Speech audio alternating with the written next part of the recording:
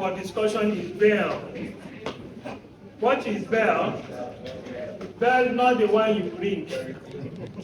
Bail simply means that temporary relief you grant somebody whose liberty has been restrained.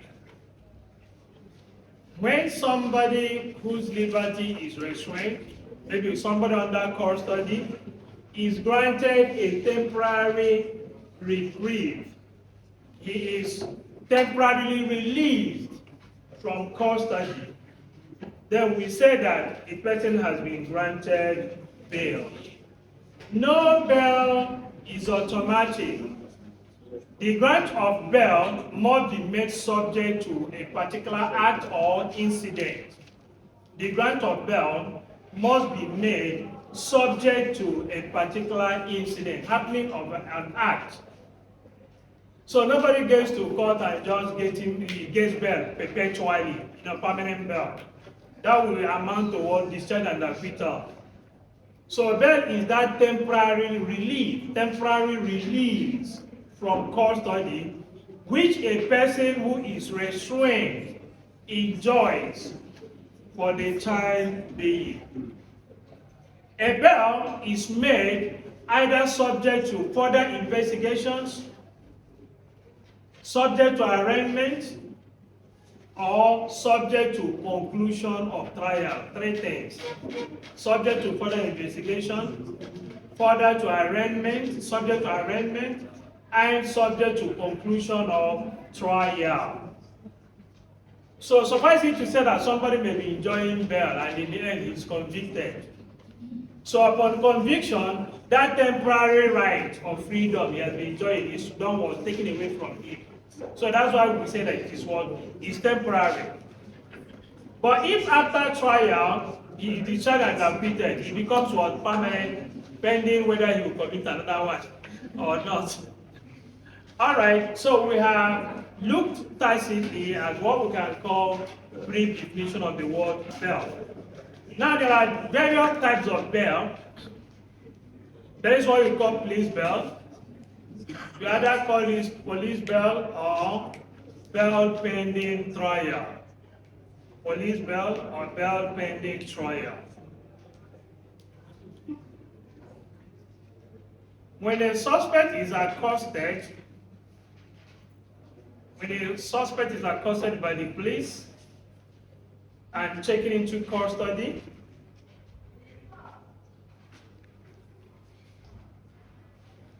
the police would be under the legal duty,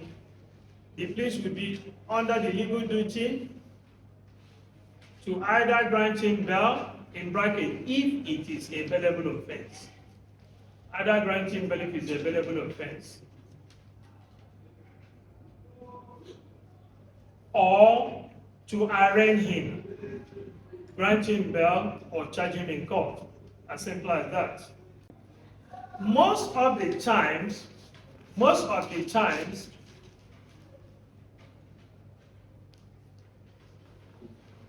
a person may be granted bail pending further investigations. A person may be granted bail pending further investigations. And if, upon further investigation, the police is of the view, that no prima facie case has been established against the suspect,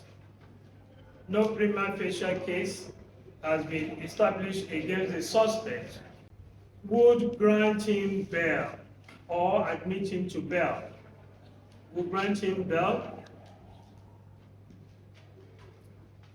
Or dismiss the complaint.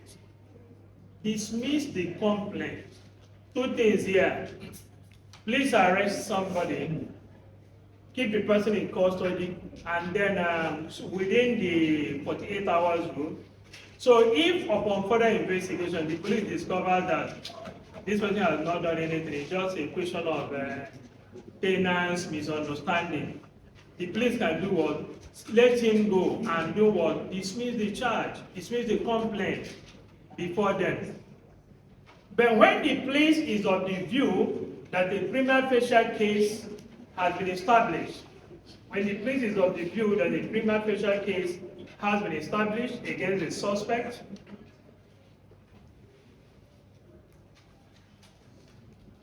the suspect is arraigned. The suspect is arraigned.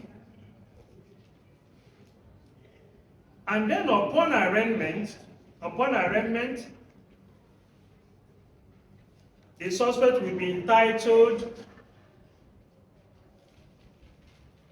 to bail by the magistrate pending trial. The suspect will be entitled, by then his position would have changed to that of defendant. Will be entitled to bail by the magistrate pending trial. Bail pending trial.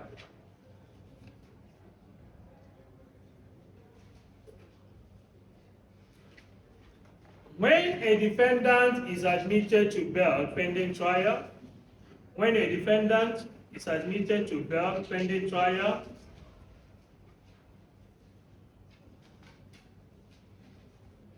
he is expected to attend to his trial on any adjourned date. He is expected to attend his trial on any or every adjourned date, no exception. He has to be attending court. Non-compliance would lead to revocation of the bail. Non-compliance would lead to revocation of the bail. Bail pending arraignment is granted upon the pleas being satisfied.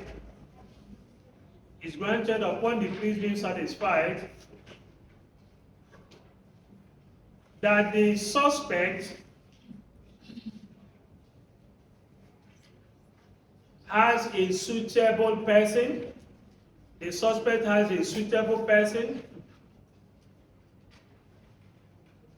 To stand surety for him. He has a suitable person to stand surety for him. But with respect to judicial bail, that is, bail pending trial. With respect to judicial bail or bail pending trial, the conditions for grant of bail includes nature of the offense charge, whether it is bailable or not. The prevalent nature of such offense alleged.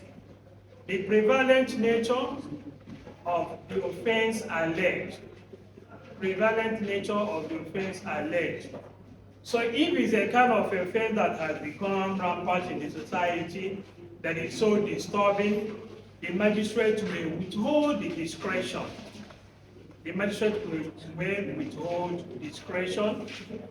Till a particular time. The magistrate may withhold discretion till a particular time.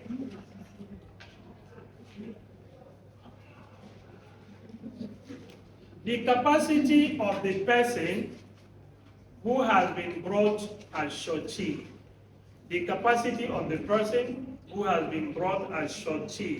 And the ability of the defendant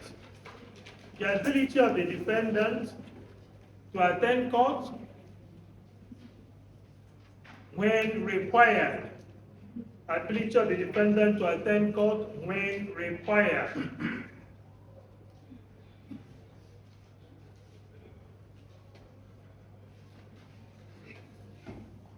There is also bail pending appeal.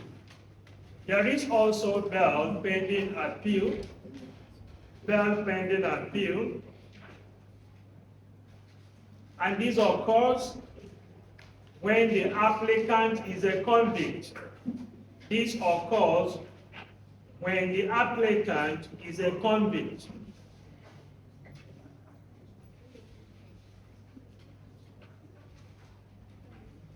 The general rule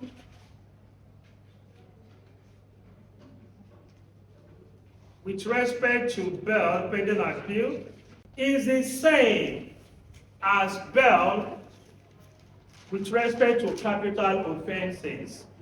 The general rule in respect of bail pending appeal is the same as bail in capital offenses. This is because the general rule here is that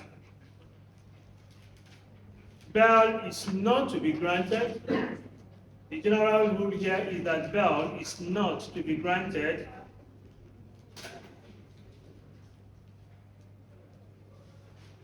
except the applicant shows special or exceptional circumstances.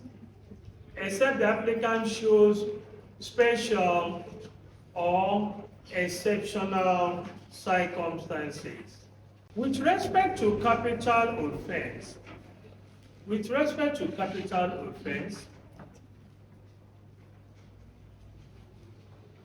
the discretion to grant bail is sparingly exercised. The discretion to grant bail is sparingly exercised.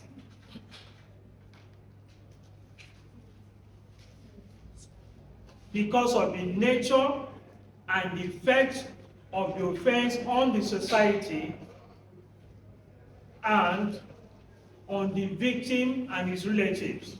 Because of the nature of the offense on the society, on the victim and his relatives. So this simply means that if, for instance, armed robbery is a capital offense, which it is, and somebody is being tried for that capital offense, the court will take into consideration the fact that robbery is a menace to the society, and there is something that is prevalent, and if you keep granting them bail, the victim will not be happy. The victim will also be, in apprehension that this person may come after him to ensure that he scuttles his trial. So that's one of the things the court normally considers a capital offense. But in a case of bail pending appeal, the applicant had already been convicted, and it will just be in tandem with the law to have him serve his term. So if he wants bail, he must show that there is an exceptional circumstance that warrants his bail. And then that brings me to exceptional circumstance. And then there is, I have a work on this. I also have an article if you can find them. So they are very elaborate. The first one is published in Indian Journal. The second one is a book of reading. So you will find it, they will be very, very useful to you. And in that case, I was trying to criticize the issue of presumption of innocence and the exercise of discretion in bail, trying to bring them together to a balance. So it is, if you get it, it will help. Now, when you talk about special circumstance, there is no hard and fast rule about what constitutes special circumstance. There is no hard and fast rule about what constitutes special circumstance, but each case must be determined upon each special circumstances. Each case must be determined upon each special circumstances.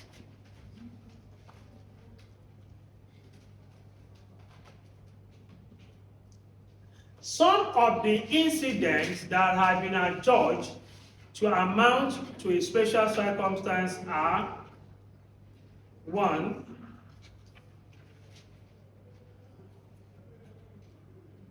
health condition;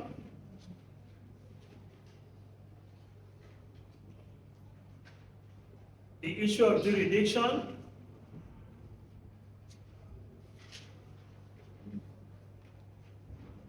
serious doubt on the conviction, serious doubt on the conviction. So I'll just briefly explain and then talk about one thing and then we'll go. So when you talk about ill health, the rule here is that it's not every ill health that the court will consider a special circumstance. It must be such that it's either contagious. So the court wouldn't want the convict or the applicant to infect the inmate. In a situation like that, the court can do what? Can grant bail under surveillance. The court can grant bail under surveillance.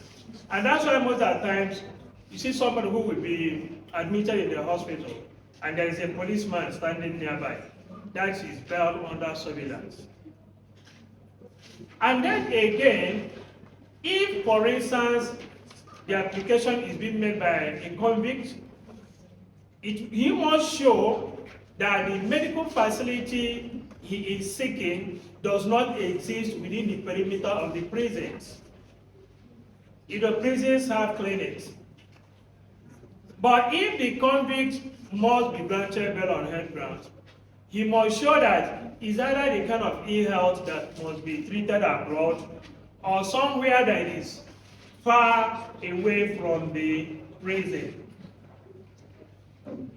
And then we talk about the issue of jurisdiction, where it is obvious that the issue of jurisdiction was not properly handled and determined before conviction or in a capital offense, then the court can grant bail. Take for example, what I discussed with you concerning bogus charges.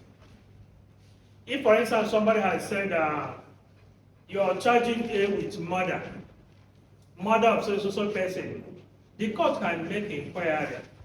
Who was killed? How did you know this person? How did you get about it? He said, no, we just saw this person walking towards the scene of crime. We arrested him. Or we saw him running away. The act of running away from the scene of crime does not depict that the person has committed a crime. So if there is nothing tangible linking the applicant to the offense, then it's said to be what? Special circumstance. And then again, where the conviction is doubtful. Maybe doubtful in the sense that the applicant had a shuffle with maybe the judge that convicted him. And then there's the probability that there is a strong presumption of bias, that the judge was biased at the time of conviction. That would constitute what? Exceptional circumstance. It's okay, let's grant him bail and let him prove that the judge was actually biased. And then again, we look at the nature of bail. The nature of bail.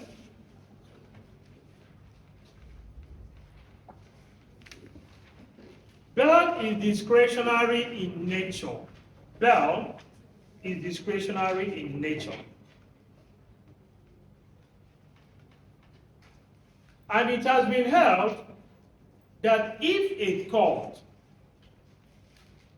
withholds the discretion of granting bail, it has been held that if a court withholds the discretion of granting bail, that such a court has not violated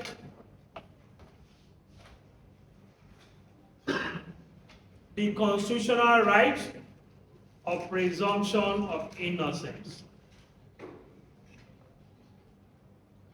So there seems to be serious conflict there between this presumption and the discretion. So please try to get my work on that and read it up. So far so good. We round up today here.